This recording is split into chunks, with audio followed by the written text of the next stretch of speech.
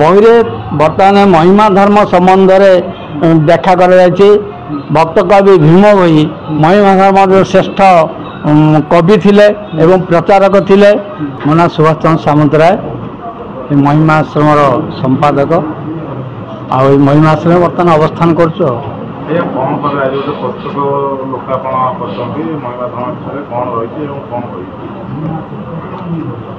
ଆଜି ମହିମା ଧର୍ମର ଉପାସକ ସାଧୁ ଦୟାନିଧି ଦାସ ପୁସ୍ତକଟି ଲୋକାର୍ପଣ ହେଲା ଏବଂ ସାଧୁ ଦୟାନିଧି ଦାସ ମହିମା ଧର୍ମର ଯେ ଏକ ଅଦ୍ୱିତୀୟ ପରମାତ୍ମା ତାଙ୍କର ଉପାସ୍ୟ ଏବଂ ଧ୍ୟେୟ, ସେ ତାଙ୍କ ସାରା ଜୀବନ ବାଲ୍ୟରୁ ଶେଷ ପର୍ଯ୍ୟନ୍ତ ଏକ ପ୍ରଭୁଙ୍କୁ ପରମାତ୍ମାଙ୍କୁ ସେ ଏକନିଷ୍ଠ ଭାବରେ ମାନେ ଶରଣ ଦର୍ଶନ ପ୍ରାର୍ଥନା କରି ତାଙ୍କର ଜୀବନଯାପନ କରୁଥିଲେ ଏବଂ ଅନ୍ତିମ ସମୟରେ ସେହି ପ୍ରଭୁ ପରମାତ୍ମାଙ୍କୁ ସ୍ମରଣ କରି ତାଙ୍କର ଇହଧାମ ତ୍ୟାଗ କଲେ। ତେଣୁକରି ତାଙ୍କ ସମ୍ବନ୍ଧରେ କିଛି ତଥ୍ୟ ଉପସ୍ଥାପନ କରିବା ପାଇଁ ଆମର ଏଇ ପୁସ୍ତକଟି ରଚନା କରାଯାଇଛି। ତାଙ୍କର ଜୀବନ ଚରିତ୍ର ଏବଂ ତାଙ୍କର ଏକନିଷ୍ଠ ଭକ୍ତି ଶ୍ରଦ୍ଧା ଏବଂ ଭକ୍ତମାନଙ୍କ ପାଇଁ ସ୍ନେହ ଏବଂ ସ୍ନେହବତ୍ସଳ ଥିଲେ। ତେଣୁକରି ତାଙ୍କର ଏହି ଜୀବନ ଚରିତ୍ର ସମ୍ବନ୍ଧରେ ଯାହା ଲେଖାଯାଇଛି ଭବିଷ୍ୟତ ପିଢ଼ି ପାଇଁ ସେ ସହାୟକ ହେବ ଏବଂ ତାଙ୍କର ଯେଉଁ ଆଦର୍ଶ ଏବଂ ଚିନ୍ତାଧାରା ସମାଜ ପ୍ରତି ତାଙ୍କର ଯେଉଁ ସେବା ମନୋଭାବ ସେ ଆଜି ଏହି ପୁସ୍ତକରେ ମଧ୍ୟ ସ୍ଥାନ ପାଇଛି। ତେଣୁକରି ଯାହା ହେଉ ସେ ମହିମା ଧର୍ମ ଏହି ମହିମା ଆଶ୍ରମର ଇତିହାସ ଏହି ଖୋର୍ଦ୍ଧା ଅଞ୍ଚଳରେ କିପରି ଭାବରେ ପରିବ୍ୟାପ୍ତ ହୋଇଥିଲା, ସେଇ ତାଙ୍କ ଦ୍ୱାରା କିଛି ଏଠି ଭକ୍ତମାନେ ଉପକୃତ ହୋଇଥିଲେ, ଭକ୍ତ ଗଢ଼ି ହୋଇଥିଲେ ଏବଂ ଧର୍ମ ପ୍ରଚାର କରାଯାଇଥିଲା।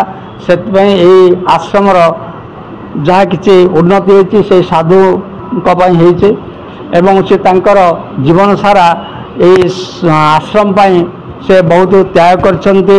ଅଞ୍ଚଳ ପାଇଁ ସମାଜ ପାଇଁ ସେ ବହୁତ କର୍ତ୍ତବ୍ୟ କରିଛନ୍ତି। ଆଜି ଏହି ଅଞ୍ଚଳର ଗରିବ ପିଲା ମେଧାବୀ ପିଲା ସେମାନେ କେମିତି ପାଠ ପଢ଼ିବେ ସେ ଚିନ୍ତାରେ ସେ ଆଜି ଏହି ବିଦ୍ୟାଳୟଟି ସ୍ଥାପନ କରିଛନ୍ତି ଏବଂ ବିଦ୍ୟାଳୟ କ'ଣ ଅଛି ବହିରେ କ'ଣ ଅଛି ସବୁ ବହିରେ ବର୍ତ୍ତମାନ ମହିମା ଧର୍ମ ସମ୍ବନ୍ଧରେ ବ୍ୟାଖ୍ୟା କରାଯାଇଛି। ଭକ୍ତ କବି ଭୀମ ଭୋଇ ମହିମା ଧର୍ମର ଶ୍ରେଷ୍ଠ କବି ଥିଲେ ଏବଂ ପ୍ରଚାରକ ଥିଲେ। ତାଙ୍କ ବାବଦରେ ମଧ୍ୟ ପୁଙ୍ଖାନୁପୁଙ୍ଖ ଆଲୋଚନା କରାଯାଇଛି। ବ୍ରହ୍ମବୋଧ ବିଶ୍ୱନାଥ ବାବା ମହୋଦୟ ଆମର ଏକ ବିଶୁଦ୍ଧାଦ୍ୱୈତ ବ୍ରହ୍ମବାଦର ଯିଏକି ପ୍ରଚାରକ ଏବଂ ପ୍ରବର୍ତ୍ତକ କହିଲେ ଅତ୍ୟୁକ୍ତି ହେବ ନାହିଁ, ତାଙ୍କ ବାବଦରେ ମଧ୍ୟ ଆଲୋଚନା କରାଯାଇ ବହୁ ସ୍ଥଳରେ। ଭୀମ ଭୋଇଙ୍କର ଦ୍ୱିପଦ ଯଦି କବିତା ମହିମା ପ୍ରଭୁ ଯେତେବେଳେ ଏହି ମହିମଣ୍ଡଳକୁ ଆସିକି ମହିମା ଧର୍ମ ପ୍ରଚାର କରିବା ପାଇଁ ମନସ୍ଥ କଲେ, ସେ ଅଭୟ ମଣ୍ଡଳରେ ଶୂନ୍ୟ ମଣ୍ଡଳରେ ଥାଇ ସେ ଚିନ୍ତା କରିଥିଲେ।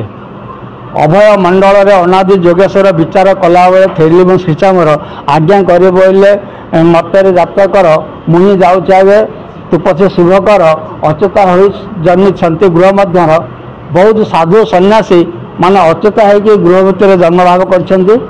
ଯେତେବେଳେ ଏକ ଅଦ୍ୱିତୀୟ ପରମାତ୍ମାଙ୍କର ଉପାସନା ମାର୍ଗରେ ଶୀତଳତା ଆସିଲା ଏବଂ ଦେବାଦେବୀ ମୂର୍ତ୍ତି ପୂଜା ଇତ୍ୟାଦିରେ ଲୋକମାନେ ପ୍ରମତ୍ତ ହୋଇ ସାକାର ଉପାସନାରେ ପ୍ରମତ୍ତ ହେଲେ, ସେ ସମୟରେ ପରମ ପୁରୁଷ ପରମାତ୍ମା ସେ ଏକ ଅଦ୍ୱିତୀୟ ବ୍ରହ୍ମଙ୍କର ଉପାସନା ମାର୍ଗକୁ ପୁନଃ ପ୍ରଚାର କରିବା ପାଇଁ ମହିମା ଏହି ମର୍ତ୍ତମଣ୍ଡଳରେ ଅବତୀର୍ଣ୍ଣ ହୋଇଥିଲେ ଅଦ୍ୱୈତ ଭାବେ ଏବଂ ଏକ ଅଦ୍ୱିତୀୟ ବ୍ରହ୍ମଙ୍କର ଉପାସନା ମାର୍ଗ ସେ ଆମର ଏହି ଉତ୍କଳ ଭୂମିରେ ଏବଂ ସାରା ଭାରତବର୍ଷରେ ସେ ପ୍ରଚାର ପ୍ରସାର କରିଅଛନ୍ତି। ମହିମା ସ୍ୱାମୀଙ୍କ ଆଦର୍ଶରେ ଉଦ୍ବୁଦ୍ଧ ହୋଇ ବାବା ବିଶ୍ୱନାଥ ଦାସଙ୍କର ଆଶୀର୍ବାଦ ପାଇ ସେ ଅଞ୍ଚଳରେ ପଟିଆ ଭୂଖଣ୍ଡରେ ମହିମା ଧର୍ମର ପ୍ରଚାର ଏବଂ ପ୍ରସାର କରିଥିଲେ।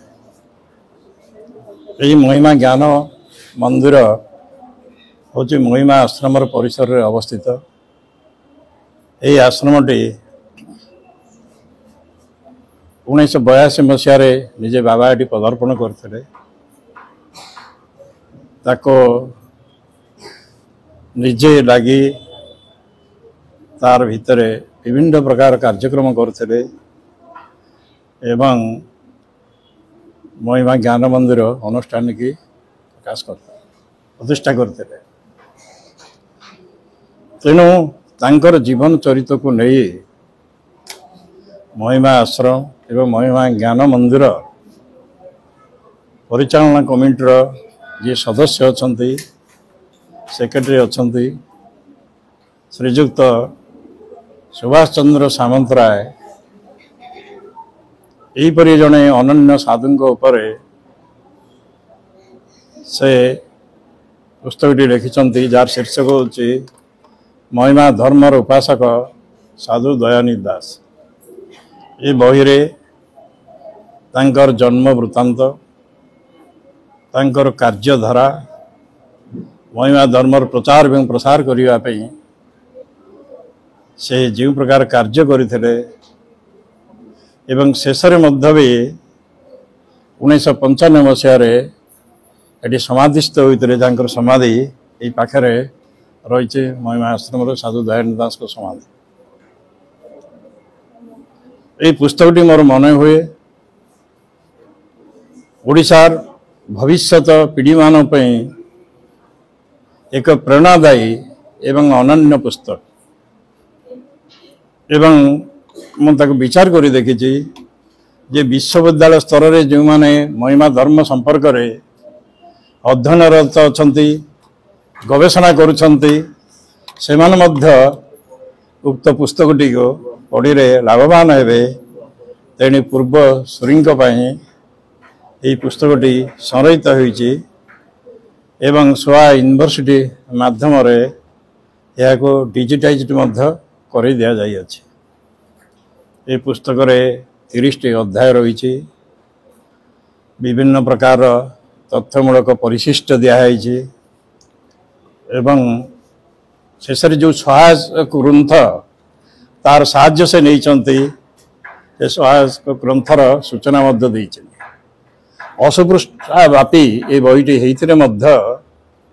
यार साहित्यिक एवं तात्विक मूल्यवाद यथेष्ट रही।